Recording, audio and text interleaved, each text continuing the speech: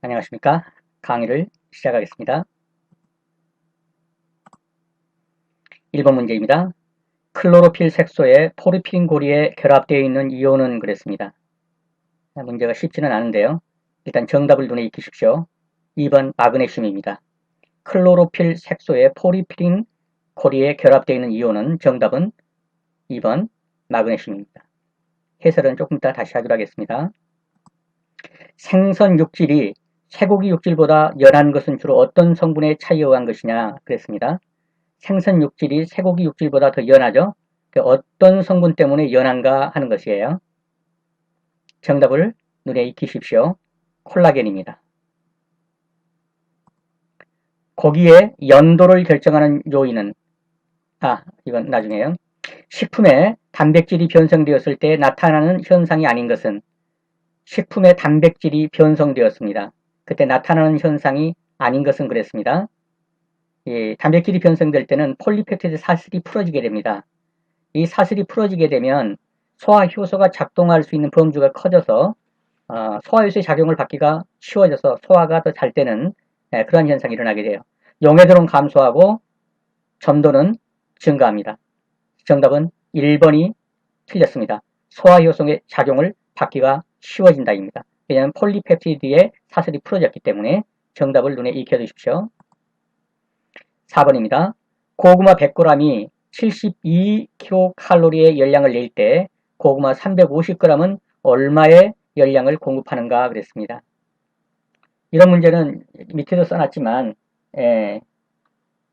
고구마 100g이 72kcal 열량을 내면 이것이 고구마고 이것이 칼로리죠.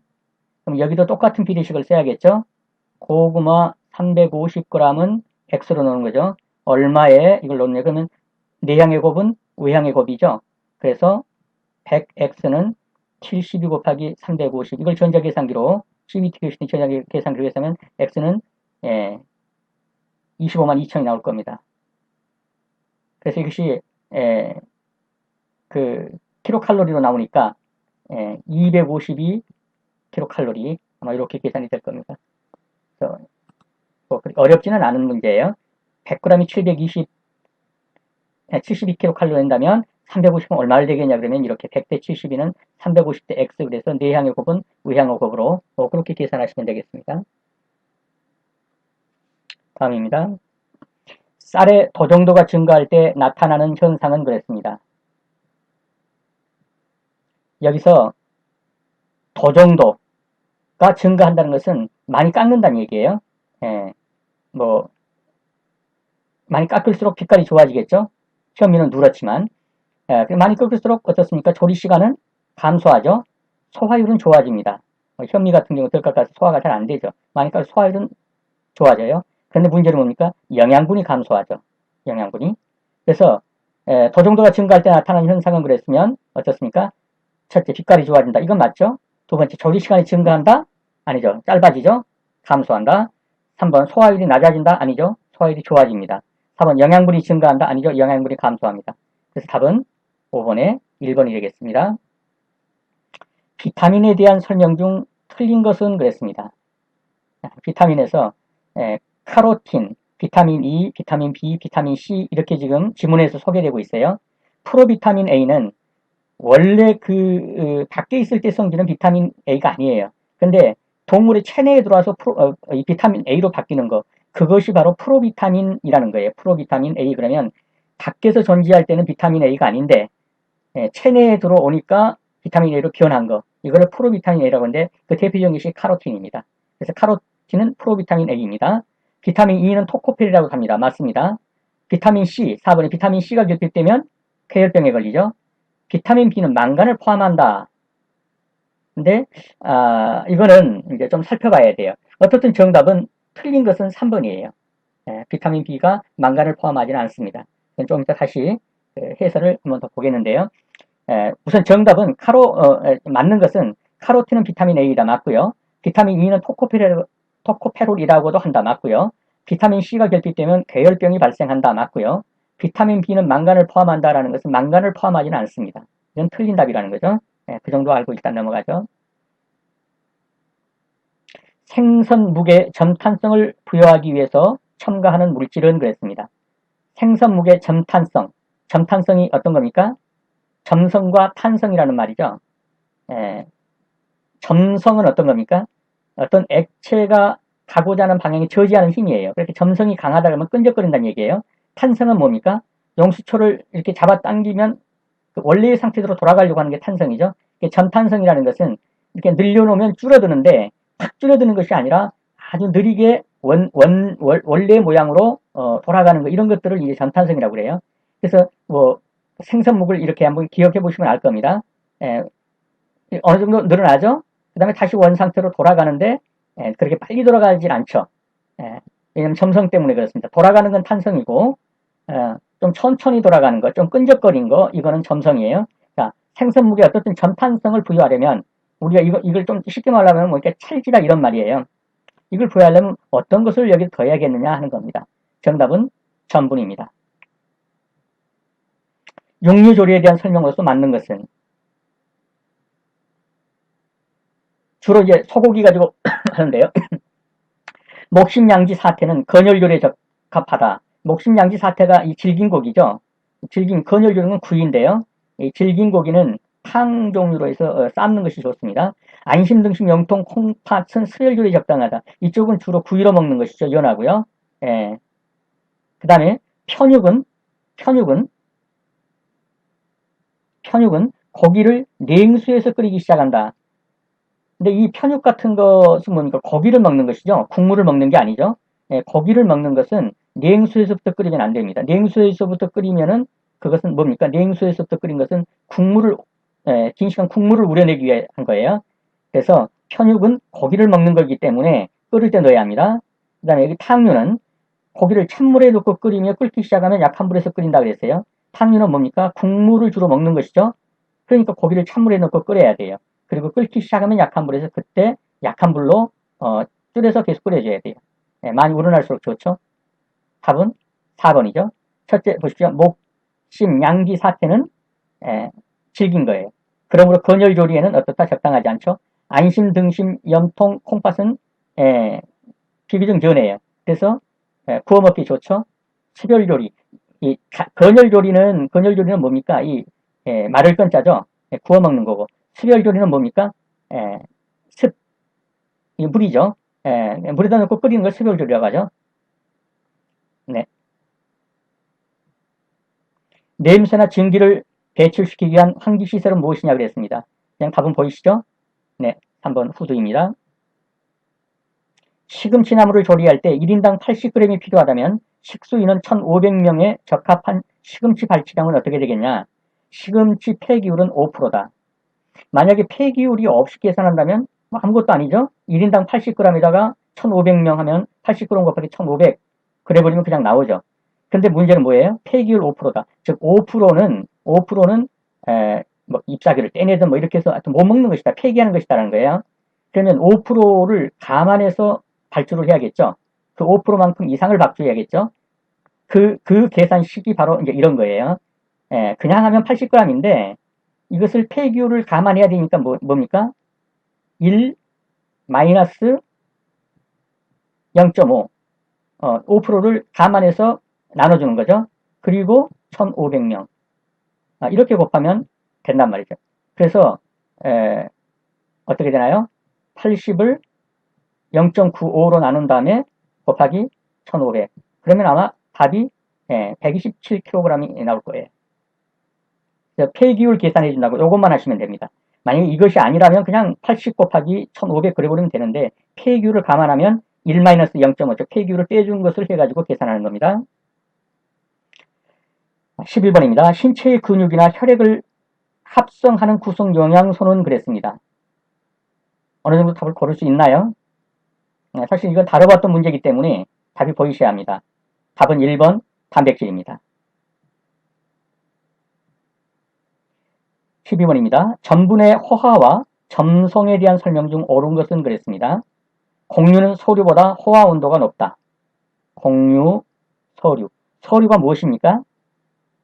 덩이 식물입니다. 고구마, 감자 이런 것처럼 땅 속에서 자라는 이런 덩이 식물 이런 것을 소류라고 그래요. 공유는 서류보다 호화 온도가 높다. 호화 온도가 뭡니까? 쉽게 말하면 밥 짓는 온도, 삶는 온도 그렇게 보시면 됩니다. 예. 공유가 서류보다 호화 온도가 낮다? 아니면 높습니다. 전분의 입자가 클수록 빨리 호화된다. 이것은 맞는 표현입니다. 세 번째, 소금은 전분의 호화와 점도를 촉진시킨다? 아닙니다. 산을 첨가하면 이거는 이렇게 보셔야 돼요. 소금은 전분의 호화는 촉진시키는 거 맞아요. 더 빨리 익게 하는 거예요. 그러나 호화와 점도 이렇게 얘기했어요. 점도는 더 저해예요. 즉 어떤 것을 소금을 넣으면 따로 넣는단 말이에요. 물 따로 밥 따로 하듯이 흘러내려서 질질 흘러내려요. 점도를 약하게 해요. 소금을 넣으면. 익는 것은 빨리 익게 하는데 호화는 촉진하는데 점도는 저해한다. 이렇게 보시면 돼요. 그 다음에 산을 첨가하면 가수분해를 일으켜서 호화를 촉진시킨다? 아닙니다. 호화를 저지합니다. 자, 다시 한번 봅시다. 공유는 소류보다 호화 온도가 높다. 그래야 맞습니다. 낮다 그랬으니까 틀린 거죠. 전분의 입자가 클수록 호화가 빨리 된다. 네, 맞은 표현이에요. 소금은 전분의 호화와 점도를 촉진시킨다. 호화는 촉진시키지만 점도는 저해한다. 산 첨가는 가수분해를 일으켜 호화를 촉진한다? 아닙니다. 저해합니다. 답은 몇 번입니까? 2번입니다. 다음 13번입니다. 점성이 없고 보슬보슬한 메스드 포테이토용 감자로 가장 알맞은 것은 어느 정도 이게 그 문제 자체에서 힌트를 주고 있죠. 보슬보슬한 감자가 보슬보슬하면 어떻습니까? 이게 분질의 감자입니다. 이게 분질의 감자라는 것은 분질의 감자는 가루 분자죠. 가루가 많은 감자. 우리가 일반적으로 쓰는 용어로는 뭐라고 그래야 되나요? 녹말이 많은 건데요. 포슬포슬한, 어떤 보슬보슬한, 질컥질컥하지 않다는 말이죠. 가루가 많다. 보슬보슬한 감자, 보슬보슬한 메시드 포테이토용 감자. 그래서 충분히 숙성한 분질의 감자 맞습니다. 전분의 숙성이 불충분한 수확 후의 핵감자 아닙니다.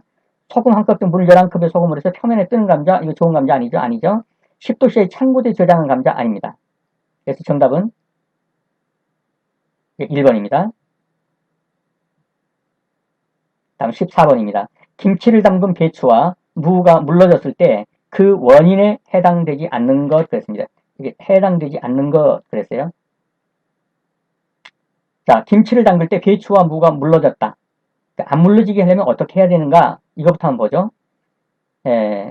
김치 국물이 적어서 국물 위로 김치가 노출됐다. 이러면 물러질 수가 있어요. 그래서 그 국물 속으로 잠기게 하고 꾹꾹 눌러가지고 위에다 비닐 같은 거라든가 또는 배추 잎사귀를 씌워서 공기에 비교적 덜 노출되게 합니다. 공기가 너무 많이 노출되면 미생물의 번식이 심해서 물러지고 상하게 돼요. 그래서 김치를 꺼낼 때마다 꾹꾹 눌러놓지 않았다. 이러면 물러질 수가 있어요. 김치의 숙성의 적기가 지났다. 그래서 미생물이 너무 많이 번식했어요. 물러지죠. 김치를 담글 때 배추와 물을 충분히 씻지 않았다. 글쎄 이것만으로서는 물러지는 원인이라고 보기는 어렵습니다. 정답은 14번의 1번입니다.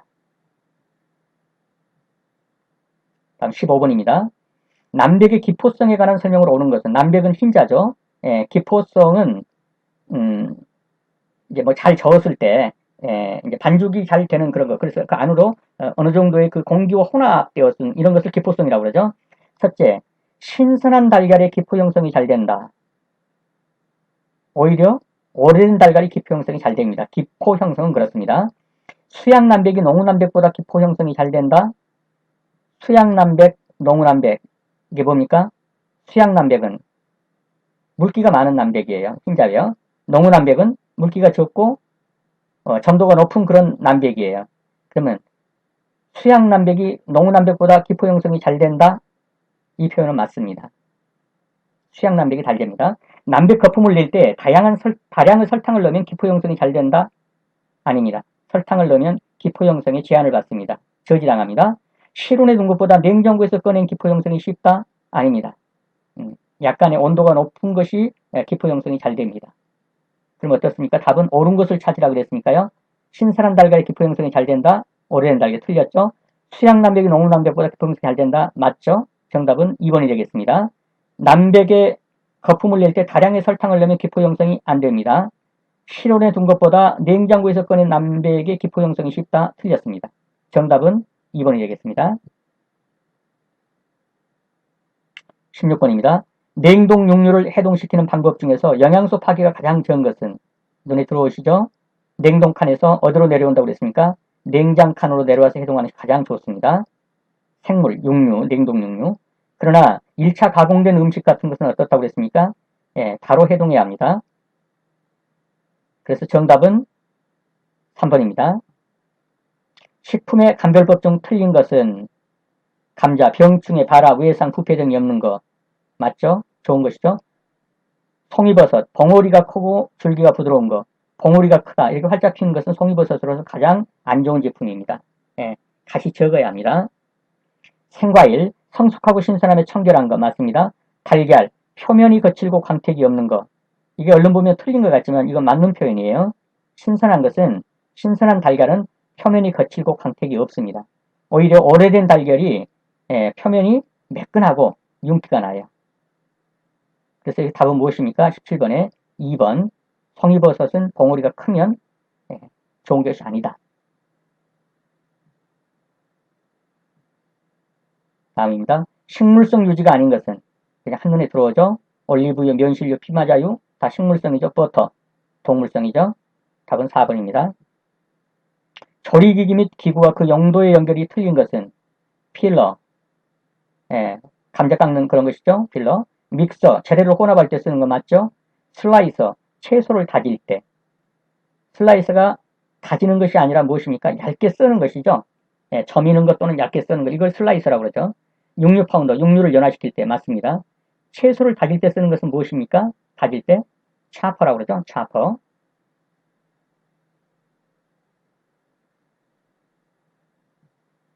다음입니다. 알칼리도성 물질로 커피의 자극성을 나타내고 쓴맛에도 영향을 미치는 성분은 무엇이냐 그랬습니다. 그냥 한눈에 들어오죠. 커피의 자극성, 쓴맛. 커피 속에 들어있는 게 무엇입니까? 카페인. 20번이 2번입니다. 네, 이제 다시 돌아가서 여러분이 정답을 맞추는 것으로 돌아가 보겠습니다.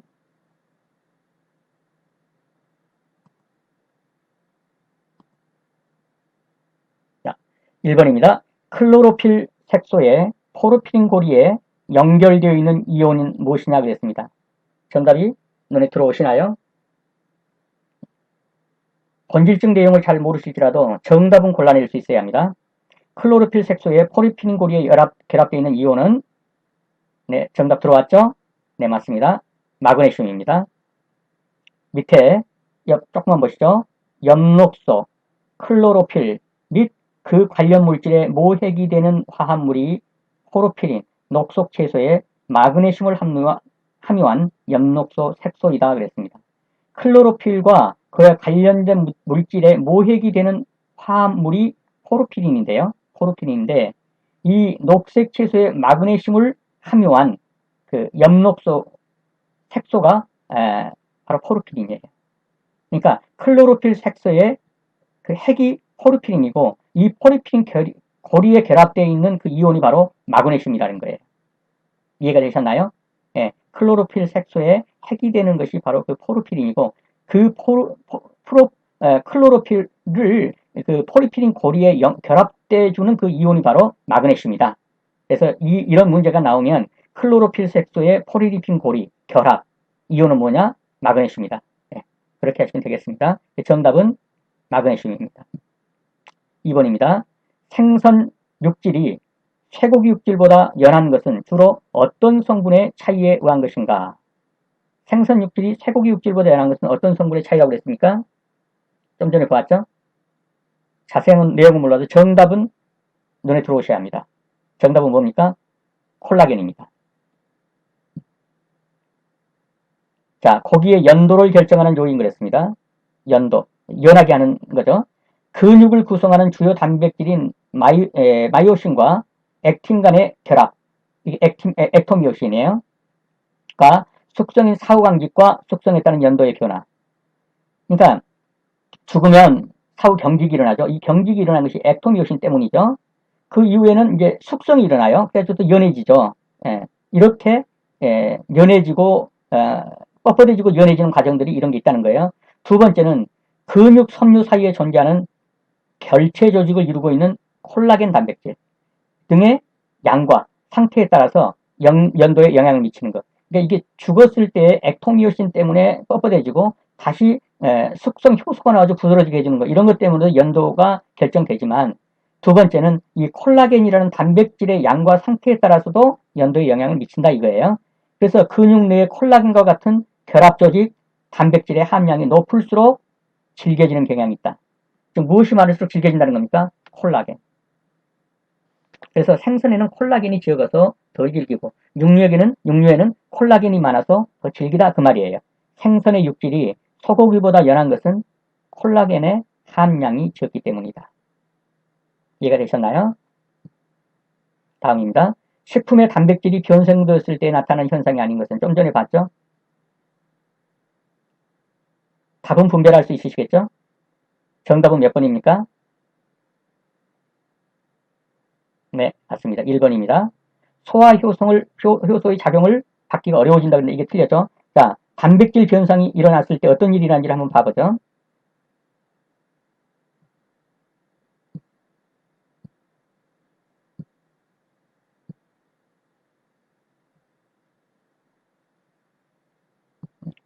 어디에 들어가는지 모르겠네요. 그냥 설명을 드릴게요. 단백질 변성이 일어나면 첫째는 폴리펩티드 사슬이 풀어지게 됩니다. 이게 풀어지면서 이 효소가 작용할 수 있는 범주가 넓어져요. 그래서 소화 효소의 작용을 받기가 어려워진다가 아니라 이게 쉬워집니다. 그래서 오히려 소화 촉진을 돕게 돼요. 그리고 점도는 증가하며 용해도는 감소한다. 이것이 단백질 변성에 관계되는 거예요. 그래서 변성이 날 때 현상이 아닌 것은 소화 효소의 작용을 받기가 쉬워진답니다. 어려워진다고 했으니까 틀렸죠? 네, 3번 1번입니다. 고구마 100g이 72kcal의 열량일 때 350g은 얼마의 열량을 공급하겠느냐? 아까 내용을 보셔서 아시죠? 100대 72는 350대 x 이렇게 해서 내향의 곱은 외향의 곱, 내향의 곱은 외향의 곱이다. 이래가지고 x 값을 구하면은 x는 252 이렇게 나오죠. 다음입니다. 쌀의 도정도가 증가할 때 나타나는 현상은 도정도가 뭐라고 그랬습니까? 깎는 거, 몇 분도로 깎냐 하는 거예요. 많이 깎을수록 빛깔은 좋아집니다. 적게 깎을수록 현미처럼 누렇습니다.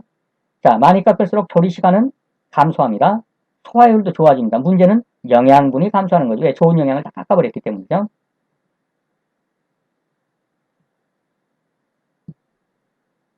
네, 그래서 쌀의 도정도가 증가할 때 나타나는 현상은 맞는 것은 빛깔이 좋아진다. 조리 시간은 감소한다. 줄어든다는 거죠. 소화율은 좋아진다. 이게 틀렸죠. 영양분은 감소한다. 틀렸죠. 맞는 것은 빛깔이 좋아진다. 다음 비타민에 대한 설명 중 틀린 것은 답은 조금 전에 했기 때문에 눈에 들어오시죠. 1번은 프로비타민 A는 뭐라고 그랬습니까? 밖에 있을 때는 그것이 비타민 A가 아닌데 체내에 들어와서 비타민 A로 바뀌는 거 이런 것을 프로비타민 A라고 그랬어요. 이 대표적인 게 카로틴이다. 카로틴은 프로비타민 A다. 맞습니다.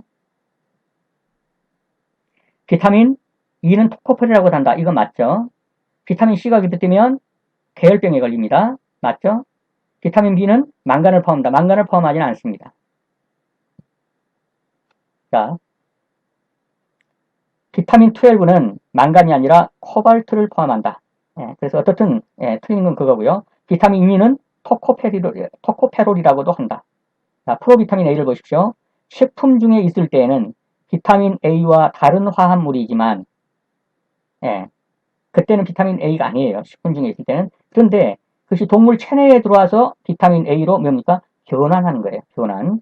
하는 효력을 나타내는 물질. 그것을 우리가 프로비타민 이렇게 말을 해요. 그래서 프로비타민 A. 카로틴이 몸 안에서 비타민 A로 변하는데 뭐가요?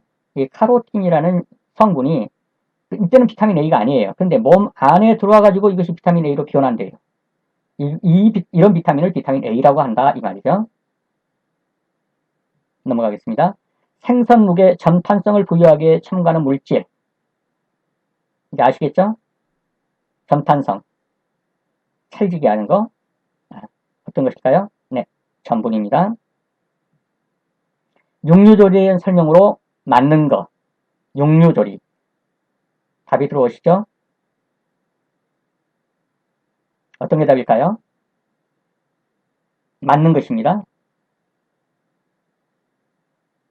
네, 그렇습니다. 답은 4번입니다. 자, 한번 여기 보시죠. 요 위에 있는 부분, 등심, 채끝, 뭐 안심 이런 부분들은 다 뭡니까? 연해서 연하고 육즙이 풍부하고 그래서 전부 다 이게 구이 스테이크, 구이 스테이크, 구이 스테이크. 이 구이 스테이크를 뭐라 그럽니까? 건식조리.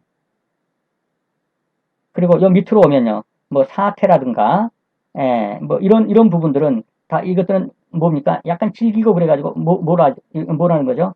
여기는 습식조리. 습식조리가 쉽게 말하면 뭐예요? 탕 이런 말이고요. 건식조리가 쉽게 말하면 구이, 스테이크 이런 말입니다. 건식이란 거. 자, 그래서 목심, 양지, 사태는 뭐에 적당합니까? 이 탕으로 끓이기 좋죠. 조직이 강하니까요. 안심, 등심, 연통, 콩팥은 연해서 구워 먹기에 좋죠. 건식이죠. 이 편육은 뭡니까? 고기를 먹기 위한 거예요. 근데 이것을 냉수에서 끓이기 시작하면 이건 탕으로 돼버려요. 이건 틀렸죠? 편육은 뭘로 해야 돼요? 끓을 때 넣어야 돼요. 끓을 때. 고기를 먹기 위한 것은 끓을 때 넣어야 된다. 탕류는요. 이건 탕을 먹기 위한 거예요. 그러니까 처음부터 찬물에 넣고 끓여요. 그래가지고 푹 끓으면 그때부터는 그 불량을 중불로 또는 약불로 해서 계속 끓이는 거예요. 답은 4번이 맞습니다. 냄새나 증기를 배출시키기 위한 시설은 그냥 아시겠죠? 푸드. 시금치나물을 조리할 때 1인당 80g이 필요하다면 식수인은 1,500명에 적합한 시금치 발주량은 폐기율을 계산 안 한다면 폐기율이 없다면 그냥 뭡니까? 1인당 80g이 필요하니까 1,500명. 그럼 이렇게 하면 나오겠죠? 얼마? 근데 폐기율이 5%라니까 폐기율을 감안해 줘야 돼요. 그래서 80g에서 뭘 합니까? 폐기율을 1 마이너스 폐기율 이걸로 나눠줘야 돼요. 그러니까 얼마입니까? 0.95로 나눠줘야 돼요. 80g 0.9로 나누고 1500을 곱하면 얼마가 나옵니까? 127이 나오죠. 3번이 정답입니다. 신체의 근육이나 혈액을 합성하는 구성 요소는 영양소는 무엇이냐 그랬어요. 이게 답은 들어오시죠? 확실히 고르실 수 있어야 합니다. 정답은 단백질입니다. 보시죠. 단백질의 기능에 따른 분류입니다. 다양한 종류의 단백질은 그 기능에 따라서 구조 단백질, 어떤 것의 구조를 이루는 거예요. 생물학적 활성 단백질, 이 둘로 나눠볼 수가 있어요. 그러면 구조를 이루는 건 주로 뭐겠어요? 뼈, 힘줄, 인대, 피부 이런 구조를 이루는 거. 이것 구성하는 콜라겐. 이게 단백질이에요. 그 다음에 손, 발톱, 머리카락 등을 구성하는 케라틴도 가늘고 긴 실 모양의 사슬로 구성되어 있다. 그래서 뼈, 힘줄 이런 거라고 손톱, 발톱 뭐 이런 것들 이거 다 단백질로 구성된 거예요. 그 다음에 또 단백질이 생물학적 활성화에 기여를 해요. 그게 뭡니까? 효소와 같이 생물체 내에서 일어나는 화학 반응을 촉매하는 화학 반응의 촉매. 그 다음에 호르몬처럼 신체의 다른 부위에 신호를 전달하거나 신호 전달. 그 다음에 체내의 다른 부위로 물질을 수송, 운반. 이게 다 무엇이 합니까? 단백질이 하는 거예요. 그 다음에 또 뭡니까? 항원처럼 외부의 침입으로부터 몸을 방어하는 방어 역할. 이것도 누가 합니까? 단백질이 한단 말이에요. 그래서 단백질의 역할은 크게 이 구조를 이루는 뼈, 힘줄, 인대, 피부 등 손톱, 발톱 이런 구조를 이루는 콜라겐과 그 다음에는 활성화시키는 어떤 물질인데 효소와 같이 어떤 화학 반응을 촉매하고 그 다음에 호르몬처럼 다른 부위로 신호를 전달한다든가 체내의 다른 물질을 수송하거나 옮겨줘야죠. 항원처럼 외부로부터 침입을 방어하는 등 이러한 것들이 하는 것이 다 단백질의 역할이에요. 자, 그렇게 하고 다시 한번 보면 신체의 근육 무엇이 형성하고 있다는 거예요? 또 혈액을 합성하는 것 누가 한다 그죠? 단백질이 한다. 정답은 1번입니다. 자, 전분의 호화와 점성에 대한 설명 중 옳은 것은 그랬습니다. 이제 한번 답을 맞춰보시죠. 공유는 소리보다 호화 온도가 낮다? 맞습니까? 틀립니까? 틀립니다. 전분의 입자가 클수록 빨리 호화된다? 맞습니까? 틀립니까? 맞습니다. 소금은 전분의 호화와 점도를 촉진시킨다? 맞습니까? 틀립니까? 호화는 맞고 점도는 틀립니다. 소금은 전분의 호화는 촉진하지만 점도는 저해야 합니다. 점도를 떨어뜨리죠. 산 첨가는 가수 분해를 일으켜 호화를 촉진시킨다. 호화를 저지합니다. 만약에 식초 붓고 밥한다. 더 안 될 겁니다. 왜냐하면 산을 첨가하면 호화가 저해되기 때문에. 이 호화는 어렵게 생각하지 마십시오. 밥하는 거 생각하시면 돼요. 자, 보십시오. 전분이 무엇이냐는 거예요. 옥수수, 감자, 고구마의 가루, 그게 전분이에요. 옥수수나 감자나 고구마의 가루. 호화가 뭐냐 하는 거예요. 호화를 쓰는데 쉽게 말하면 밥하는 것인데요. 예, 영어로 이걸 말하면 젤라티니제이션, 젤라틴화 한다 이 말이에요. 젤라틴화. 예. 자, 전분이 열과 열, 수분, 그렇죠? 물 붓고, 예, 뭐 쌀에다가 물 붓고 끓이죠. 그럼 뭐 해야 돼요? 팽창되고 그 물리화학적 성질이나 구조가 변해서 점도 증가. 어떻게 돼요? 쌀 따로 물 따로 있던 게 이번엔 둘이 서로 호화되어서 끈적끈적하게 되죠. 점도 증가. 수용성 증가. 쌀 속으로 물이 들어갔죠. 예, 이렇게 수용성 증가. 그 다음에 부피 증가. 늘어났죠. 이런 성질을 가지는 쪽으로 변화되는 과정. 이것을 호화라고 해요. 그래서 우리가 아주 쉽게 말하면 밥 짓는 것 같은 거 호화. 또 밥을 오래 놔두면 굳어져요. 이것을 뭐라고 그래요? 노화라고 그래요. 자, 여기서 점성이 뭐냐 이거죠. 유체 흐름에 대한 저항, 차지고 끈끈한 성질. 예를 들어서 도마 같은 것을 45도로 기울여 놓고 그 위에 물을 붓는다고 가정해 봅시다. 그럼 물은 어떻습니까? 주르륵 흘러내리죠. 만약에 도마를 이렇게 놓고 여기다가 물을 부었다. 물은 주르륵 흘러내리죠. 그냥 거의 저항이 없어요. 그러나 여기다가 꿀을 부었다. 그러면 그렇게 빨리 주르륵 흘러내리진 않죠. 천천히 흘러내리죠. 천천히. 즉 유체가 흐르는데 이걸 저항이라고 그래요. 저항. 예, 빨리 흐르지 못하게 하는 어떤 힘의 저항이 있어요. 예, 그것이 잡아당기는 그 힘, 그것을 가리켜서 점성이라고 그런단 말이에요. 점성. 예, 물은 주르륵 흘러내리는데 예, 꿀 같은 것은 점도가 높아서 끈적끈적하고 천천히 흘러내리는 거예요. 예, 이 저항을 받는다는 말이에요. 그것이 우리말로 그냥 하면 차지고 끈끈하다 이렇게 말하면 돼요. 그 점성이라고 하는 거예요. 내가 아까 말했듯이 서류는 뭐예요? 감자나 고구마 같은 그 뿌리덩굴 식물, 이걸 서류라고 그래요. 자, 곡류는 소류보다 어떻습니까? 호화 온도가 높다. 오히려 고구마나 감자 찌는 게 더 빨리 된단 말이에요. 곡류보다. 곡류가 더 소류 호화 온도가 높다면 더 온도를 많이 가해야 된단 말이에요. 그 다음에 소금은 전분의 호화에는 도움이 되지만 살기게는 해요. 그런데 점도를 약하게 해요. 그래서 나중에 보면 만약에 소금을 넣었다 그러면 어떤 것들을 간을 해놓고요. 죽이라 이런 걸 간을 해놓고 조금 있으면 어떻게 돼요? 죽 따로 물 따로 물이 질질 흐르게 되죠. 점도가 약해지는 거예요. 산을 첨가하면 가수분해를 일으켜서 호화에 방해를 일으킨다. 자, 그렇게 하고 이 문제는 반드시 나올 수 있는 문제이기 때문에 확실하게 이해를 해 두셔야 돼요. 호화와 점성이에요. 어떻게 하면 빨리 밥이 되고 차지게 되냐 이런 거에 대한 것이다 이렇게 보시면 되고 곡류하고 소류, 감자, 고구마하고 어떤 것이 호화 온도가 높냐? 곡류가 높다. 곡류가. 호화는 낮다 그러면 얘는 틀린 거예요. 곡류가 더 높습니다. 전분의 입자가 클수록 빨리 호화된다. 이건 맞아요. 소금은 전분의 호화와 점도를 촉진시킨다.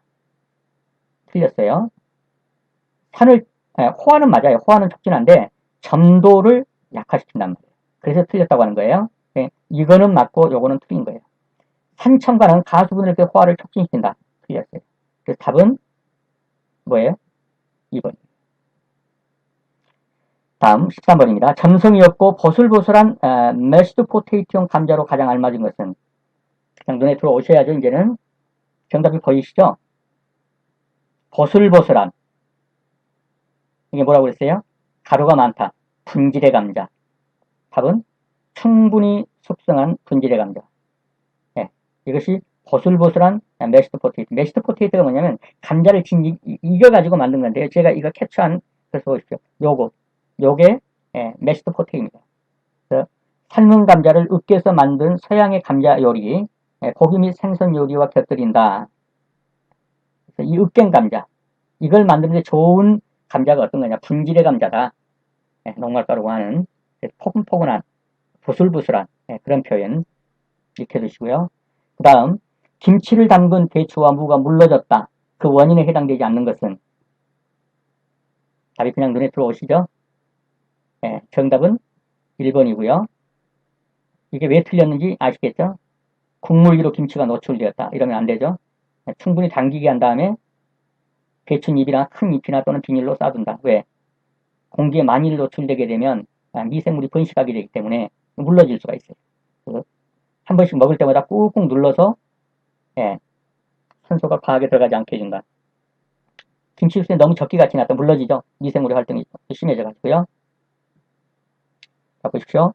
김치를 숙성할 때 산소가 많이 들어가지 않도록 어떻습니까? 산소가 많이 들어가지 않도록 충분히 꾹꾹 누르고 국물이 어느 정도 잠겨야 하고 위로 올라오면 안 된다고 그랬죠. 맨 윗부분이 공기와 차단될 수 있도록 이겁니다. 공기가 너무 많이 노출되면 미생물 번식이 너무 심해서 안 돼요. 배추잎이나 비닐로 덮어서 숙성하는 것이 좋다. 다음입니다. 남백의 기포성에 관한 설명으로 옳은 것은 이건 100% 시험 문제 나온다고 보고 확실하게 잡아두셔야 합니다.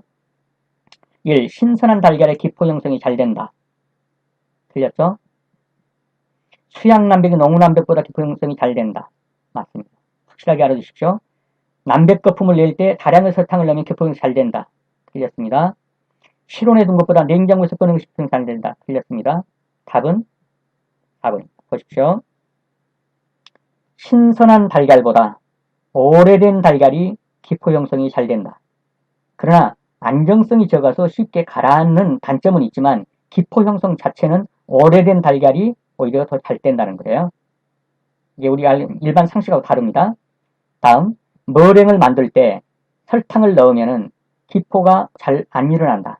그래서 어느 정도의 기포가 생긴 후에 설탕을 넣어라. 설탕은 기포 형성의 장애 요소다.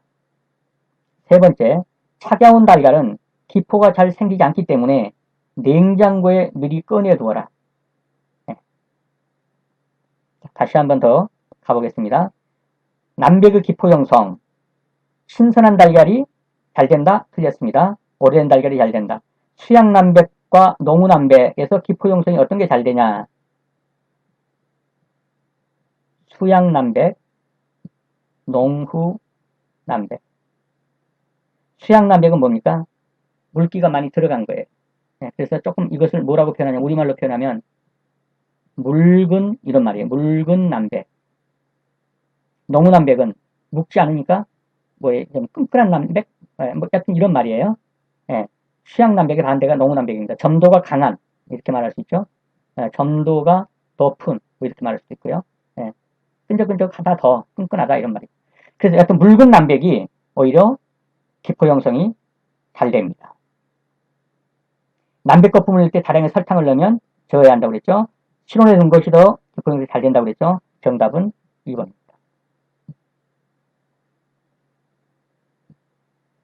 자, 냉동 육류를 해동시키는 방법 중 영양소 파괴가 가장 적은 것은 몇 번 했었죠?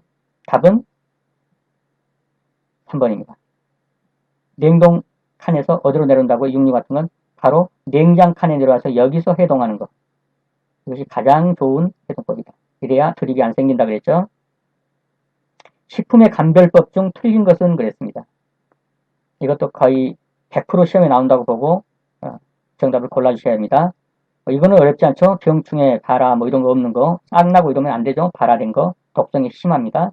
네. 그 다음에 송이버섯. 봉오리가 크다고 좋은 게 아니에요. 이 봉오리 크면 상품 가치가 엄청 떨어져 버립니다. 다시 적어야 합니다. 그래서 틀린 것은 이게 틀린 것이죠. 이게 정답이 되는 거죠. 생과일, 성숙하고 신선함이 청결한 거 맞죠? 달걀, 표면이 거칠고 광택이 없는 거. 이게 잘못하면 이걸 고를 수가 있는데 이거는 뭡니까? 이거 맞는 표현입니다. 달걀 표면이 거칠고 광택이 없는 거, 이것이 좋은 달걀입니다. 신선한 달걀입니다. 자, 보십시오. 송이버섯은 가시 많이 피지 않고, 맛이 피면 이건 상품 질이 떨어져요. 향이 진한 거. 그래서 가시 적고, 향이 진한 거. 그 다음에 달걀의 신선도입니다. 달걀의 껍데기는 거칠고, 광택이 나지 않는데, 이같이 껍데기가 거친 것은 달걀을 낳을 때 껍데기에 덮여있던 점액이 있어요. 달기. 이 점액이 그대로 굳어져서 오돌토돌해지는 거예요. 그러니까 껍데기가 거칠고 광택이 안 나는 것이 바로 신선한 달걀이에요. 근데 이게 뭐 하냐면 이 물질이 달걀 내부를 보호하는 역할을 해요. 왜냐하면 그 점액이 둘러싸고 있는 거예요. 달걀을 낳을 때 껍데기에 점액이 붙어서 나온단 말이에요. 이거 마르면 오돌토돌하고 윤택은 없지만 달걀 내부에 이 균이 들어가거나 하는 것을 저지해요. 그런데 이게 시간이 지나면서 자연스럽게 이 점액이 이제 없어지기 시작하면서 매끈해져요. 매끈해지고, 예, 이제 광택이 나요.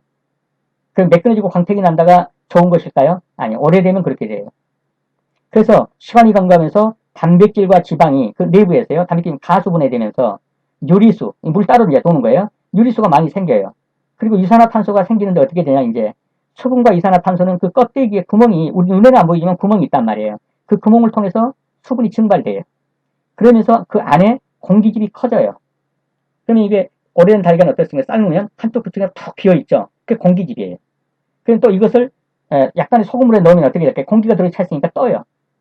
그러니까 쉽게 말하면 삶았을 때 이게 이렇게 달걀을 넣었어요. 근데 이걸 깨보니까 달걀이 뭐 이런 모양이에요. 이런 모양. 여기 비어 있어요. 이게 공기집이란 말이에요. 이게 공기가 있다가 빠져나간 거예요, 이제. 예. 그래서 이런 모양이 되는 거예요, 이런 모양. 예, 이런 것이 오래된 계란이고요. 그 다음에 이렇게 여기가 이렇게 공기집이 있단 말이에요. 빠져나가서. 그러니까 이것을 물에 넣으면, 소금물에 넣으면 이건 떠버려요. 그래서 가라앉는 달걀은 신선한 것이고, 예, 소금물에다가 달걀을 넣었더니 예, 이렇게 뜨는 놈도 있고 가라앉는 놈도 있어요. 이 가라앉는 것이 이것이 신선한 달걀이에요. 뜨는 애는 이 공기집, 오래돼가지고 공기가 들어갔어요. 이제 이게 빠져나가가지고 수분이 빠져나가가지고 이 공기가 이게 있는 거예요. 그러니까 이게 뜬단 말이에요. 이거는 오래된 달걀이에요. 오래된 달걀. 이게 신선한 달걀, 가라앉은 것이요.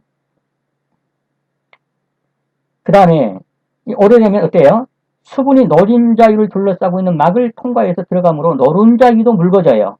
노른자위도 묽어져요. 예, 쉽게 터져요. 그래서 이런 것을 우리가 이제 난백개수, 난항개수 뭐 이렇게 말하는데 예를 들어서 이런 거예요. 여기에 이제 여기다 계란을 깼어요. 근데 계란이 이렇게 깨졌겠죠. 그럼 이거 흰자위가 있는데 노른자위가 이렇게 있어요. 예.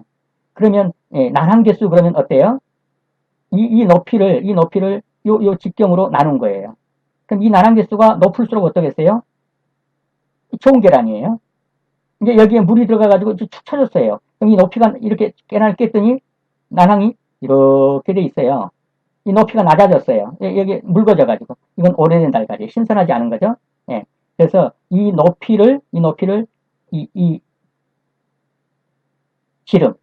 지름이라고 그러나요? 예. 이걸로 나눈 값이 난항계수. 그래서 난항계수가 큰 것이 좋은 달걀. 그런단 말이죠. 자, 보십시오. 난항계수. 난항의 최대 직경. 이게 직경이었죠. 여기 직경. 최대 직경으로 나눈 값. 일반적으로 신선한 달걀의 난항계수는 얼마다? 0.36에서 0.042. 좀 크죠? 그런데 0.3 이하가 되면 어떻다? 이것은 신선하지 않은 것으로 본다. 이 말이에요. 이해가 되셨죠?